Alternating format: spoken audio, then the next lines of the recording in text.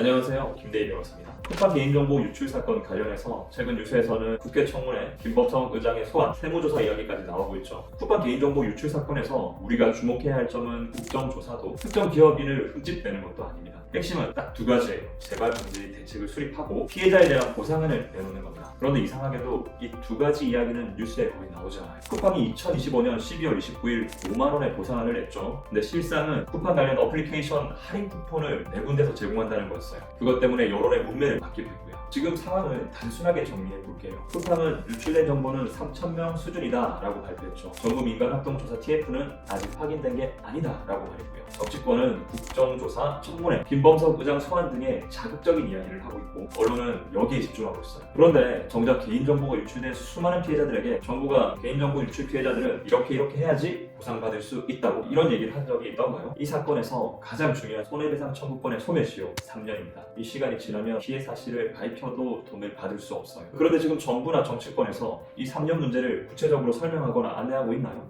전혀 그렇지 않죠. 피해자 입장에서는 가만히 있으면 손해배상을 받을 수 없는 구조인데도 그 누구도 지금 뭘 해야 한다라고 말해주지 않아요. 개인정보 사건은 소송을 제기하는 구조가 사실상 유일한 해결책인데도 이상하게 언론에서는 왜 지금 소송을 해야 하는지, 소송을 안 하면 무슨 일이 벌어지는지 이런 걸 전혀 다루지 않고 있어요. 정치권이 지금 집중하고 있는 국정조사, 청문회, 특정 인물의 소환, 세무조사 가능성 등은 피해자 구제와는 직접적 관련이 없어요. 오히려 이런 방식은 미국의 본사를 둔 글로벌 플랫폼 기업을 상대로 해서 정치적 압박을 가하는 방식에 더 가깝고 장기적으로 보면은 규제, 인허가, 감독 권한 등을 휘두를 수 있지만 이건 기업 길들이기에 가깝게 보이죠. 이런 정치권의 압박을 받다 보면 쿠팡은 관계기관 출신의 소위 전관을 다수 영입할 수밖에 없겠죠. 즉 피해자와 무관한 일자리 창출점은 이루어질 수 있겠죠. 그러면 언론은 어떨까요? 대기업 홍보팀은 언론사 관계자들과 지속적으로 유대관계를 형성하고 자신들에게 불리한 기사나 방송이 나가지 않도록 관리하잖아요. 또한 언론사는 광고 수익으로 운영되니까 광고주가 될 수 있는 기업 집단에게 실질적 피해가 갈 수 있는 사안에 대해서 깊게 담기 부담스러운 거예요. 이러다 보면은 피해자 입장에서는 꼭 필요한 정보나 지금 당장 소송을 해야만 보상을 받을 수 있다. 이런 메시지는 자연스럽게 뒤로 밀리게 되겠죠. 쿠팡은 이 개인정보 유출 사건에서 통상 10만 원의 손해배상금을 인정했던 판례 흐름을 비춰보면은 절반에 해당하는 금액이기도 하고 유례없는 선제적 보상안의 제안이고 기업이 나서서 먼저 제안했다는 점에서는 주목받았죠. 하지만 실상은 기만에 가까웠어요. 보상 방법이 쿠팡 관련 어플리케이션 4개 나눠 사용할 수 있는 쿠폰의 지급인데 이 쿠폰을 사용하려면 쿠팡 외에 3개의 신규 어플리케이션에 가입해야 돼요. 이 정도면 보상안이라고 쓰고 사실상 마케팅을 하려고 했던 걸로 봐야죠. 더 큰 문제는 문자, 메시지 등으로 쿠폰을 뿌리면서 해당 쿠폰을 수령 또는 사용하면 개인정보 유출 사건에 따른 손해배상 권리를 포기하는 데 동의하도록 유도할 수도 있다는 겁니다. 피해자들은 어떻게 해야 하는가? 첫째, 이 사건은 정부나 정치권이 대신 해결해주지 않아요. 형사수사, 국정조사, 청문회가 열리면 압박이 되겠죠. 그렇지만 피해자의 손해배상은 자동으로 이루어지지 않는다는 겁니다.